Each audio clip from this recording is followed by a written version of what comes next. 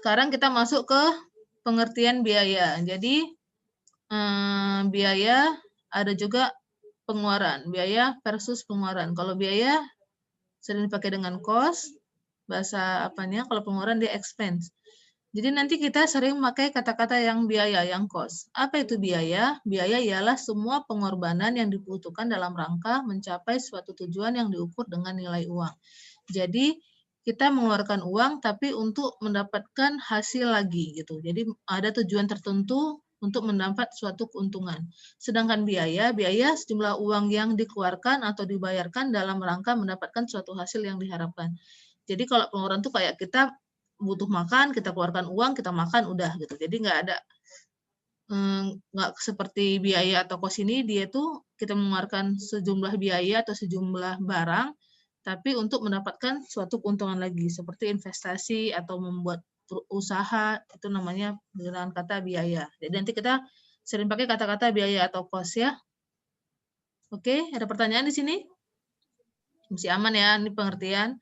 Terus ada klasifikasi biaya, ada menurut waktu, terbagi 3 lagi, ada historical cost, itu biaya yang secara real sudah dikeluarkan dengan ada catatan historis. Jadi biaya yang sudah dikeluarkan dicatat kembali. Gitu. Jadi terus yang kedua ada predictive cost. Ini adalah perkiraan biaya.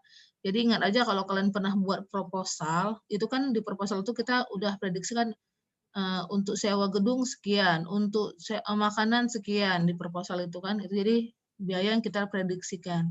Terus ada yang actual cost. Actual cost itu biaya yang udah secara real udah kita keluarkan. Sekian dia, sekian lah dia gitu. Paham ya? Ini cuman kayak klasifikasi aja. Yang kedua, ada kelompok sifat penggunaannya. Jadi ada investment cost. Jadi biaya yang ditanamkan atau ini kayak saham untuk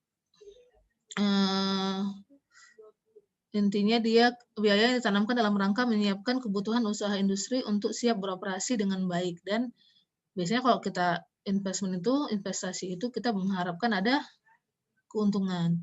Terus ada operational cost. Ini semua biaya untuk menjalankan aktivitas. Terus ada maintenance cost. Ini adalah biaya untuk merawat semua alat-alat atau barang-barang waktu kita menjalankan produksi. Oke. Terus ada yang ketiga, berdasarkan produk. Jadi biaya produksi itu ada direct material itu biasanya untuk membeli bahan baku. Jadi kalau di pabrik PKS itu bahan bakunya apa? Ya TBS ya kan, tandan buah kelapa segar.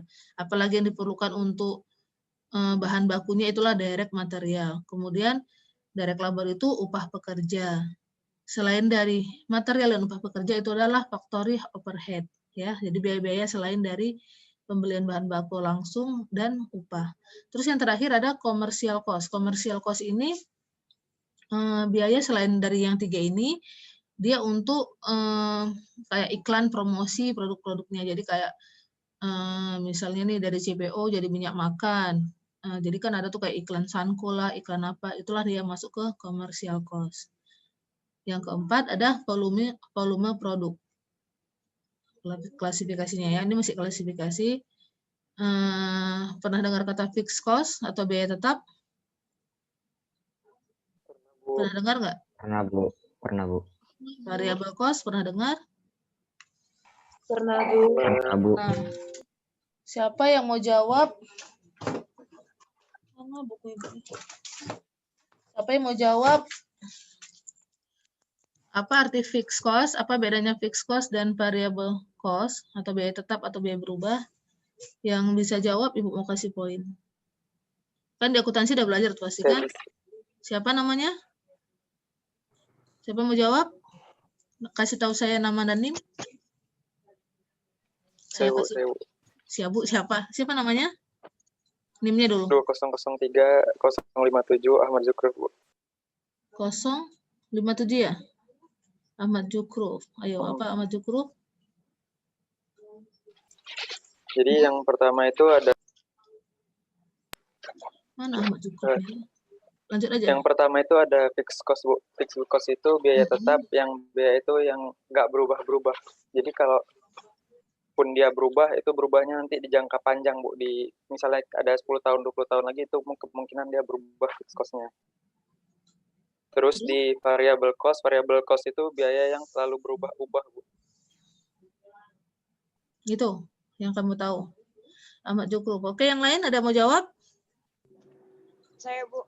Siapa? Putri. NIM 2003039, Bu. Putri, NIM? 2003039, Bu. 39. Oke, apa Putri? Kalau fixed cost itu biaya yang memang harus dikeluarkan dan tidak merupakan bahan baku dasar. Dia tidak dapat berubah. Dan kalau variable cost, dia berubah sesuai dengan banyaknya variabel yang dikeluarkan atau ingin diproduksi, Bu. Oke. Siapa lagi mau jawab? Satu orang lagi? Ada lagi mau jawab? Nggak ada, udah pas. Udah sama jawabannya sama Ahmad Jukruf dan Putri. Mana sih Putri tadi? Nggak nampak Ibu di mana? Segala. Jadi, fixed cost itu ialah biaya tetap. Jadi, gampangnya gini. Misalnya kalian mau bikin usaha bolu.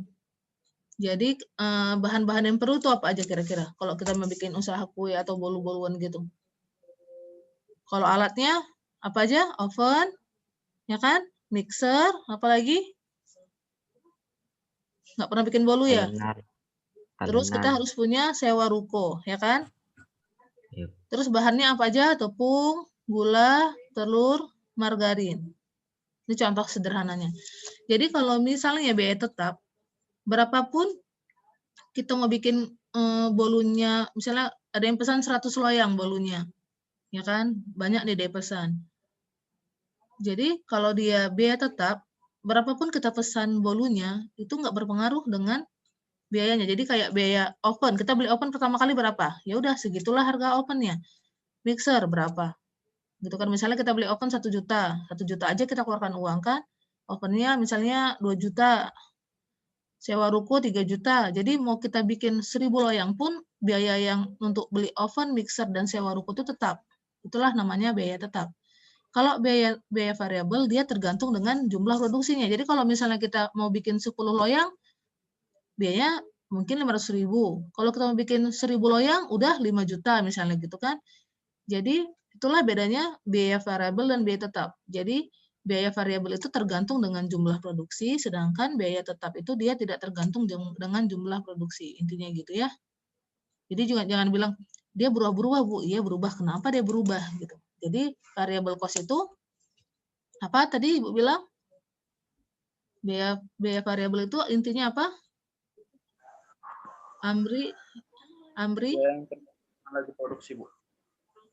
Biaya yang tergantung dengan jumlah produksi. Biaya tetap tidak tergantung ya. Tidak tergantung. Oke, jadi di sini ada grafik biaya variabel. Lihat aja dari grafik ini, kalau biaya variabel di sini harusnya Ibu lupa lagi ganti.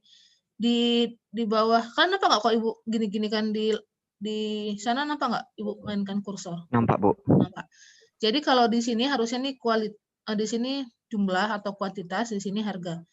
Jadi kalau misalnya biaya variabel itu jumlahnya makin banyak, dia makin meningkat. Tengok nih yang garis variabel. Kalau biaya tetap dia mau berapapun jumlahnya dia tetap aja garisnya. Lurus saja nih yang fixed cost ini. Paham ya?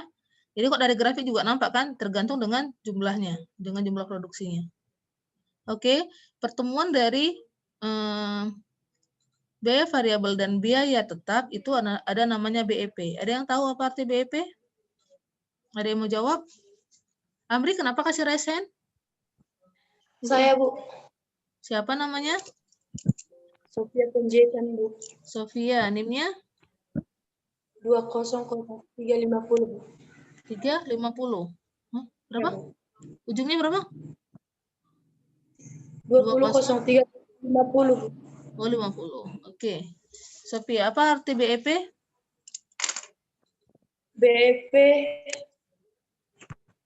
BEP yaitu break even point atau yang digunakan dengan titik impas. Oke. Apa arti titik impas? Udah pandai-pandai ya kalian kan? Udah enak Ibu ngajar ekonomi teknik nih.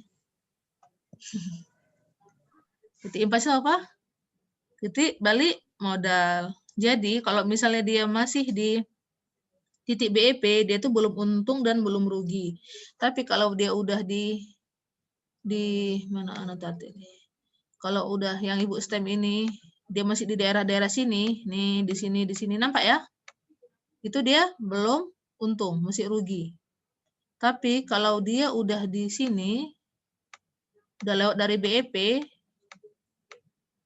titik BEP itu dia berarti udah untung. Paham ya? Kalau masih di BEP dia masih balik modal. Kalau dia di yang Ibu STEM Log ini lebih kecil dari BEP dia masih rugi. Kalau sudah lewat dari BEP dia berarti sudah untung. Paham di sini? Paham, Bu. Oke, kita lanjut ya. Ada pertanyaan di sini, aman? Kok masih nge-stem dia? Clear all volume.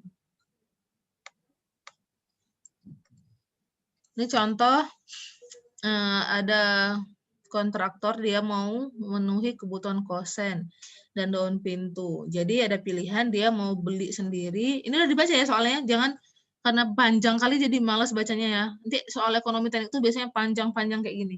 Oke. Jadi dia ada pilihan nih mau beli kosen atau mau buat sendiri. Kalau beli harganya 450.000, kalau buat sendiri harga kayunya 950.000, upah kepala tukangnya untuk buat kosannya atau 50.000 per hari, tukangnya 40.000 dan pekerjanya 35.000. Di sini paham ya? Jadi ada pilihan dia mau buat sendiri atau mau beli. Kalau beli langsung harga siap jadinya 450.000. Kalau mau buat harga kayunya sekian, upahnya sekian, dan pekerjanya sekian. Jadi ini kalau mau buat sendiri itu 0,25 hari kerja kepala tukang.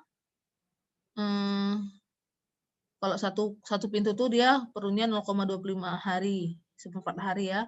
Kalau tukangnya tuh butuhnya waktu 1,25 hari dan pekerjanya butuhnya 0,75 hari untuk satu kosen.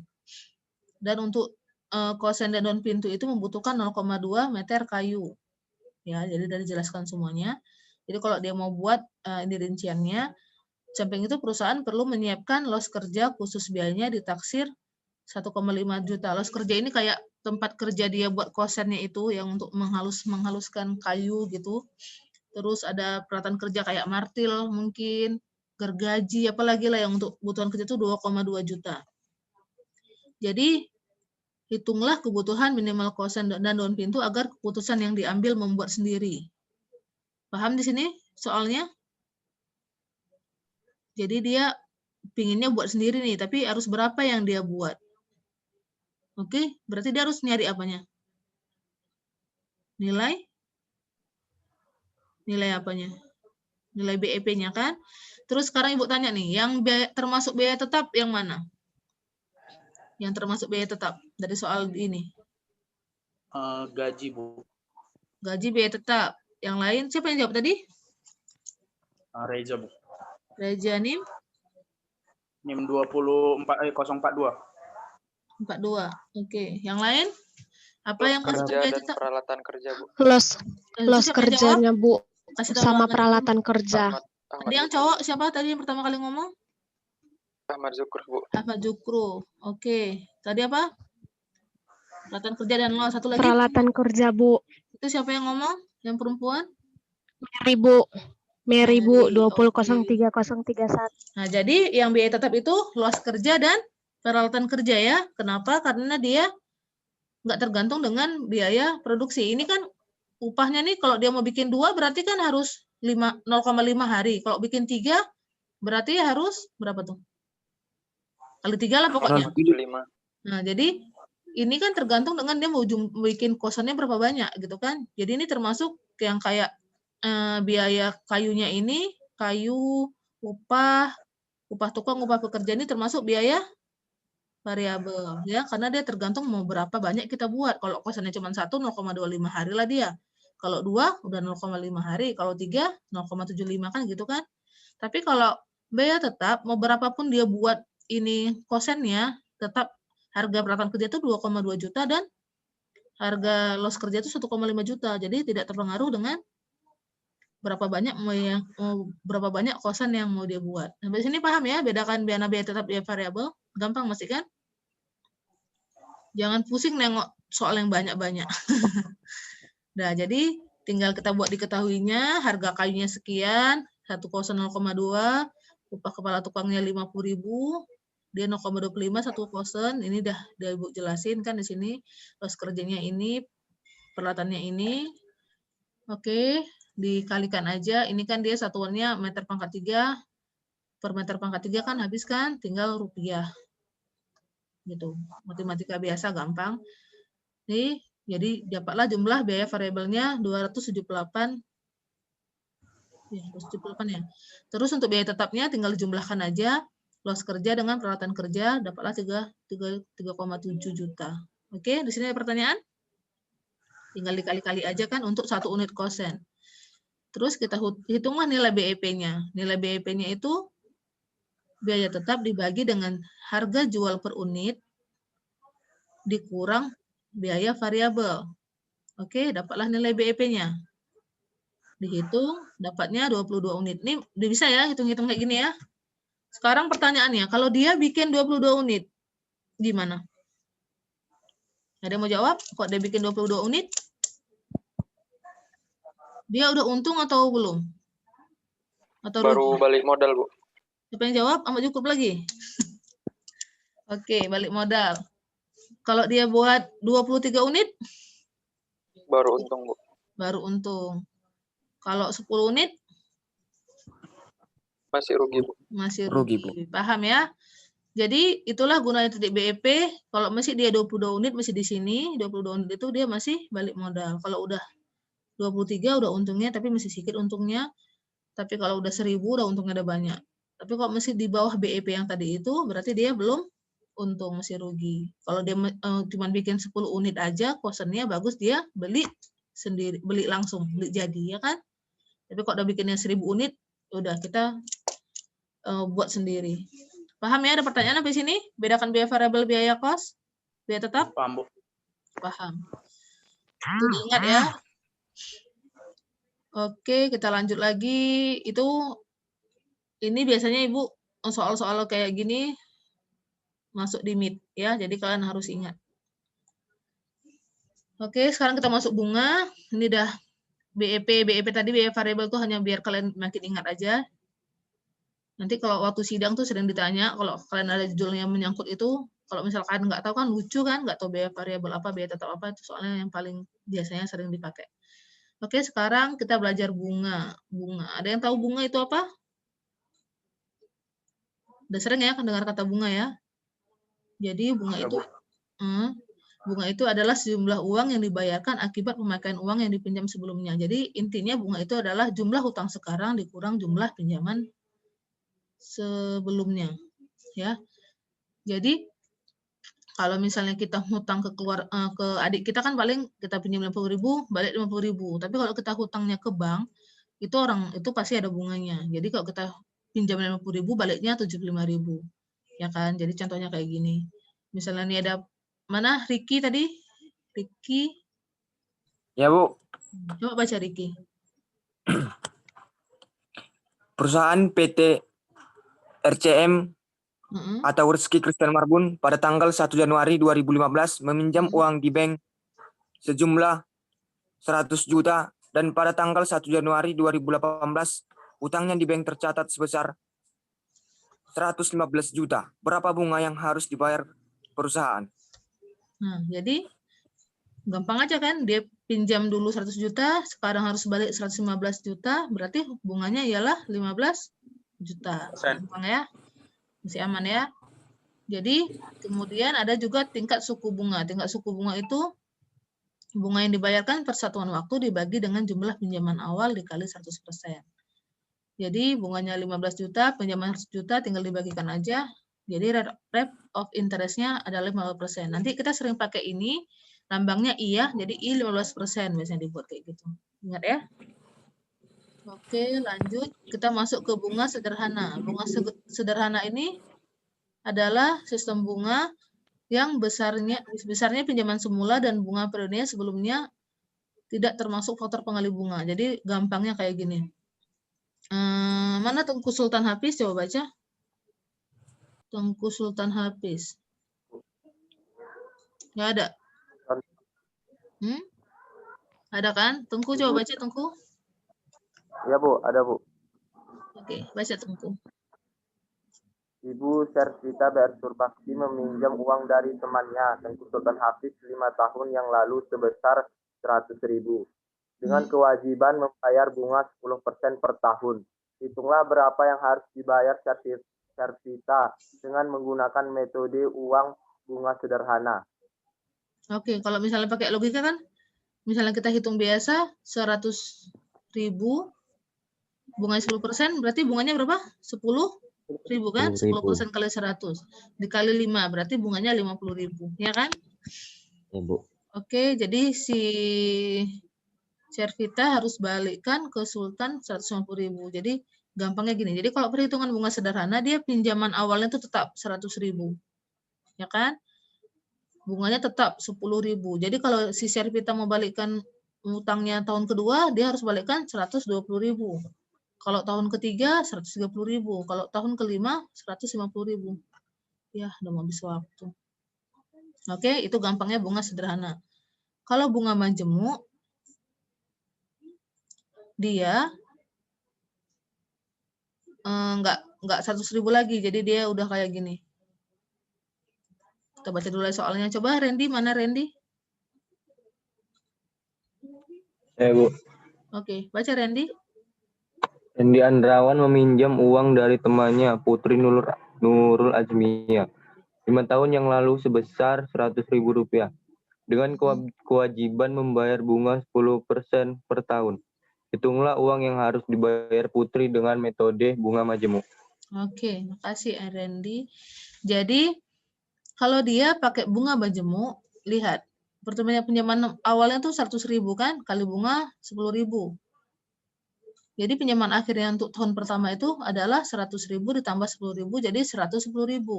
Untuk tahun kedua dia di sini nggak 100.000 lagi tapi udah 110.000. Dikali 10% jadi 11.000, dijumlahkan lagi jadi pinjaman akhir periode ini menjadi pinjaman akhir periode tahun kedua menjadi pinjaman awal tahun ketiga. Begitu seterusnya. Pinjaman akhir periode ketiga jadi pinjaman awal periode keempat. Udah. Jadi siapa tadi namanya? Si Randy harus bayar ke si Putri 161.000. Itu bedanya bunga sederhana dan bunga majemuk. Nanti kita pakainya nggak bunga sederhana tetapi bunga majemuk, ya. Karena rata-rata di bank di mana-mana tuh sekarang pakainya bunga majemuk. Ya, lebih untung pakai bunga majemuk kan. Ini cuman dia balikkan naruh 161 sementara dulu kalau pakai bunga sederhana cuman 150.000. Di sini ada pertanyaan? Nggak ada ya. Ini latihan udah dikerjain ya, nggak ada masalah kan? Aman kan? Ini berarti kalau dia pakai bunga sederhana 30.000 kali 4, 120 gitu-gitu kan gampang ya. Ini udah nengok videonya perbedaan bunga sederhana dan bunga majemuk? Udah ya? Udah, Bu. Udah, oke. Terus ada metode ekuivalensi. Jadi ini adalah menghitung kesamaan nilai uang dari satu waktu ke waktu. Jadi kalau misalnya zaman ibu dulu waktu ibu kecil beli sate sebungkus itu 500 rupiah, 500 perak, bahasa dulu ya kan. Kalau sekarang tuh udah berapa harganya? 7.000 ya kan, 10.000, ada yang 15.000. Jadi zaman dulu tuh udah dapat 500 perak tuh udah bisa beli apa-apa aja gitu kan, beli jajan apa aja. Kok sekarang udah nggak pakai lagi uang 500 perak kan. Bayar parkirnya 2.000 sekarang, ya kan? Jadi itulah metode ekuivalensi uang. Jadi kayak zaman dulu juga orang-orang dulu tuh bilang dia dulu beli rumah harganya cuma 3.000. Kita rumah 3.000. Tapi dulu zaman dulu tuh 3.000 udah banyak. Kalau sekarang 3.000 jadi apa? Nah, gitu. Jadi itulah nilai kesamaan uang. Oke, ada pertanyaan di sini? Nggak ada. Ada kan videonya kan? Ini bisa ya? Waktunya tinggal 5 menit lagi nih, Bu. Nanti hari Senin kita agak lama ya, jamnya nggak apa-apa ya. Soalnya ngejar waktu. Semalam tuh Senin nggak zoom, ini nggak zoom lagi, ha? Nggak apa ya, hari Senin ya agak lama ya. Mudah-mudahan nggak ada Bu. kegiatan. Ini ada pertanyaan nggak? Yang ini ada pertanyaan nggak? Oh ya, kalian harus ingat, future itu yang akan datang. Present itu saat ini. Jadi nanti lambangnya itu kalau present P, future ini F. Ini pasti kalian pakai terus. Jadi jangan harus bisa bedakan mana present, mana future. Jadi kalau misalnya nih, Batara Fris Gerald Simbolon mempunyai uang sejumlah 250.000 sekarang. Berarti ini apa? 250.000 ini apa? Present, Bu. Present atau P. Present, Bu. Oke. Yang ditanya 1 tahun mendatang, berapa uangnya? Berarti yang ditanya apa? Future atau F. Future. Future. Ya. Jadi ditanya tuh future-nya dan juga present-nya juga yang untuk yang B. Makanya jadi kayak yang ini. Ini dia sekarang uangnya 250.000. Dia mau nanya 1 tahun yang akan datang berapa. Tinggal masukkan aja rumusnya nih kan. Future sama dengan present tambah ini dikali bunganya. Dapatlah 287. Sekarang kalau dia maunya tanya yang lalu. Berarti yang 250.000 ini jadi future, yang ini jadi present. Ya kan? Maka dia yang ditanya itu apa? P-nya. Jadi future 250.000, P-nya dicari, dikali 15%. Oke. Jadi 15% itu berarti 15/100 berarti 0,15. Jadi jangan silap-silap ya, nanti kadang-kadang ada 5% dibuatnya 0,5 padahal 0,05. 1%, 0,01. Jangan silap-silap ya, kalau udah silap di situ nanti silap semuanya. Oke. Jadi ini P ditambah 0,15 P, ini kan karena sejenis, jadi ini kan 1 nih. 1 ditambah 0,15 jadi 1,15. Jadi ini matematika biasa, jangan silap-silap. Kadang-kadang kayak gini-gini pun masih bingung ya. Kalau P sama P sejenis boleh dijumlahkan. Dan dapatnya 217. Ya, jadi yang lalu. Sebenarnya ini kalau sekarang 10.000, kalau yang lalu tuh berarti uangnya 217. Kalau yang akan datang tuh 287. Sebenarnya ini sama tergantung dengan jumlah bunganya dan tahunnya.